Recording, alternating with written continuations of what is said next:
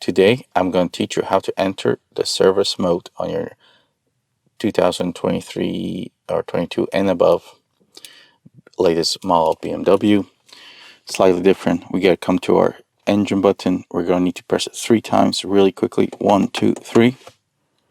And once we do that, the system's going to come on. We got to wait till it shows up. And now we're in diagnostic mode. Now we need to use the BC button, and there's lots of waiting and holding. With this you're going to use this button for everything. So once you press it, we're going to go back, and it's going to take about 30 seconds to enter the diagnostic modes or service mode. And this is the same way to get into the diagnostic menu, which is after the service mode menu. There we go. We're in the service mode. We can go through and navigate which part we want to clear the service checks on.